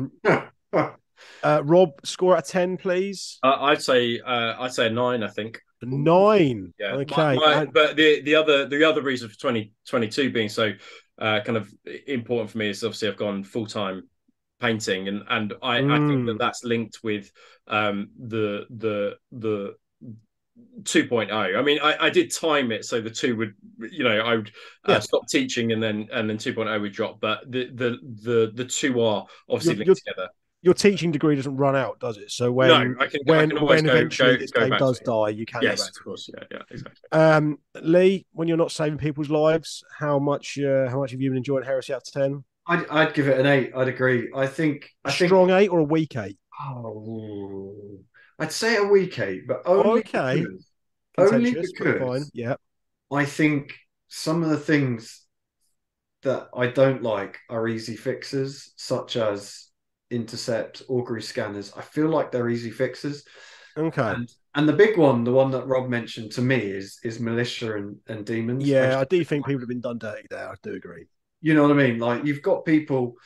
You don't get a huge amount of militia players, but the ones that there are hugely invested in their armies, because you have to spend so much fucking time building and painting 1,000 when you've got 900 inducted levies that are worth 900 points. Yeah. To be 6 months into a game system and still not be able to use them is to me a bit fucking meh. Yeah, and also as well, I'm not a huge fan of this whole like cloak and dagger kind of like nudge wink wink. There might be something coming, there might not be. I don't love that. We were given a roadmap and we were told to expect demons and militia in October? Yeah, October, I think. Yeah, October. Yeah. So I think it's fucking horseshit. I've not anything about that, and I wish that someone would just come out and say, "This is the date. This is happening. This is why." Like, it doesn't take fucking much.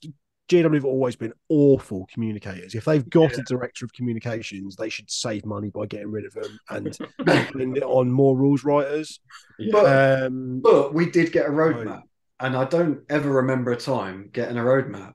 Yeah, it doesn't lead anywhere. That's the problem. They haven't adhered to it, but no, exactly. Yeah, at least we know. It's just a fucking dead end roadmap. But at least we know they are coming at some point. Yeah, at some point. Whereas previously, you wouldn't even know they're fucking coming. You'd have to wait for a seminar at a Forge World event to try and harass a fucking Mark Bedford, right? Just spill the beans. You know what I mean? Just to try and get a few beers down them to try and slip the beans. Yeah, like you say. So yeah, I mean, I just feel like Rob said, I don't want to keep banging on about it, but it's a fucking. But you are. Like, I mean, you could knock one out in a day. Like, it just takes you all day, does it, Lee? Sometimes. Sometimes too. But yeah, I do agree. Right, not to labour this point too much. What we're now going to discuss is very briefly what are our hopes and dreams for the forthcoming year. It's the 1st of January today. What do we hope to see between now and the end of this calendar year? I'm going to kick this thing off. Now, models are coming, right? Thick and fast. They have been for ages. There's all these rumors circulating about what they've been doing. But I think the biggest thing that I'm hoping for this year is I want to see some campaign books. Yeah. We've been playing Red Book missions for way too long. We've been playing the same missions for a dozen years nearly. And you know what? We need to advance the setting a little bit. Not the story, but the setting needs to be. But we've got a really amazing range of model kits when we look at what is now available in plastics and what's available in Forge World and what we know is kind of coming. So, and I think what Adeptus Titanicus did to really engage their player base and to keep people invested was this relatively regular campaign book series where they presented things like Moloch and Beta Garment, etc., and it really helped kind of really drive. And I think when you talk about how they've handled the release of a game, I think Adeptus Titanicus is the blueprint, right? Yeah. How they've not only launched the game, a complete new game system, right, but also in an existing setting, admittedly, but also kind of kept people engaged with it and kept people playing it. And I think diversity in the way that people are playing is probably the key. So that's my biggest hope, is that we maybe see a couple, even once every 6 months, like Like an Armatura campaign book, for instance, that maybe introduces some new units or a new character here. It doesn't need to be like loads and loads. And we're not asking to kind of have the wheel No, continually I, reinvented. I think you're absolutely right. But my prediction is the first one is going to be an Isfan 5 campaign book. Love it. Love it. I mean, that's Because the easy one, right? That's the easy absolutely. winner. And the reason I think that is because Salamanders, Iron Hands, and Raven Guard in the main rule book currently do not have any named characters Oh yeah. within the main rule book. They've got them in the temporary yeah. battles, but they were really cold in kind of in the Legions and Assassins book, and I think that's because that though it might even be like the Shattered Legions like campaign book or something like that. And that's my prediction for 2023 in the first quarter, I think, or the second. Well, we also know that Rob's biggest hope for 2023 is Plastic Assault Marines, so we'll gloss over that. Yeah, no point. Lee, what's your biggest hope for this forthcoming year? Oh well, I've done a Rob here. I'm afraid I've got quite a list, but I have to say my number one top of the list is I agree with you. I'd love to see campaign books. Good. Next one. I just think I agree. Yeah, I agree with what you've said. Like the missions, we need more missions. I would love for a fact to come out that addresses some of the issues. Cool. Yeah, don't hate that. I would love for the Weekender to return. Oh, left field choice, but love that. Yeah. I've heard rumors that it may come back, but I think the Weekender was just getting a hotel full of nerds, just frapping over Heresy and being able to talk to the staff and seeing new models. Like, it was fucking brilliant. They were always looked forward to by both attendees and people watching at home, like really were. So fucking love that. It's a great shout, Lee. Well done. It was good. Again, I wrote this down before Rob even said it, but I would like to see Despoiler and Assault Squad upgrade sprues, even if they're just upgrade sprues. Sure, it's coming. And we've already mentioned it a million times, the Militia and Demons PDF. And one that's a little left field here, I would fucking love to see if they ever did a campaign book to introduce some rules for something like the Eldar. I suspect that'll be towards the end. Not the end, maybe, but fair enough. Yeah, but we've got. Go on, sorry. They are there. They're there. We know they're there. Some of the orcs are there, you know, and I don't think. I mean, there's a whole story about, is it the Space Wolves on a world that's been plagued by Dark Elder, whatever they're fucking called nowadays. Yeah. It's like a little team of Space Wolves that basically fight a guerrilla war against these Dark Elder. Imagine the fucking Dark Elder getting a fucking book before Militia do. Jesus Christ. And the Dark Elder attacked Horus, didn't they? Or is that during the Great Crusade? That's Great Crusade era, I think. But still, I mean, that's there's so much to kind of go back and explore. And kind of go forwards and explore as well with things like the Scouring as well. So, and you've got the big one with the Emperor's Children and the Iron Warriors. Is it Iron Warriors? And they attack the kind of Wraith fucking world thing, whatever it is. Yeah. The old statues come to life. With a lot of that sort of stuff, I'm sure if they start running out of ideas, that'll be the first thing to go to, because this should be a real cash cow, Heresy, and they should milk those teats dry for all they're worth, really. To me, they've already got the model range there with exactly right. You just need to produce some rules. Like the demons are the template, I think, for any Xenos, because they did it with demons, which is basically they created rules and you had the models that GW produced, and then they could do something with the similar races. Yeah, I mean, it's purely selfish. I just love to do an Elder army. Like it's like I just think it'd be cool as fuck. But cool. That's kind of me, really. That's wonderful. Well, there we go. That was goodness. That was our hopes, dreams, and aspirations for 2023. Anyone else got anything to add? Any hobby projects they're hoping to complete? Or, oh god, in fact, you know what? Always, don't go into that one. That's an episode in and of itself. That's a can of worms I'm going to keep firmly closed for a little while. Right. So I think that's kind of us drawing more towards the close. We've got a couple of important things just to do before we head off today. The first one being the all important Roll of Honor. So these are people that are subscribed to our Patreon at the Praetor tier, which is the top tier. So these people will be receiving Heresy Hammer goodies. They're getting all additional content. They're getting all of the downloads and access to all of the event packs we're producing. They're getting early access to event tickets. And Rob's already announced 3 events this year. Just 1 so far, but there are 3 planned. That's what I meant. And we'll also be looking to at the end of January draw our first console competition as well. So anyone who subscribes at the middle tier and above, which is £5, we are going to be painting a console each this year, and we'll be giving them away to one lucky patron subscriber, and they'll be able to pick which console it is, and then which legion, and then we're going to all roll off to decide who which order they're painted. So so if you've got Lee now, if you've got Lee, you're fucked basically. January next year. If it lands on Lee, we'll do a re-roll for you, and then I'll pay Rob to paint it. So you'll have to wait till August or whatever the fuck. Right. So without further ado, an extra special thank you to the following people: Thomas Silverstone, John McCardle, Nicola Persic, Tom Hayward, Richard Willis, Igor Povolotsky, Dale Menmuir, Randy Overland, Tom Spear, Ollie Muse. Holy fuck, Ollie Muse. Hello, Ollie Ding Dong. An absolute hero.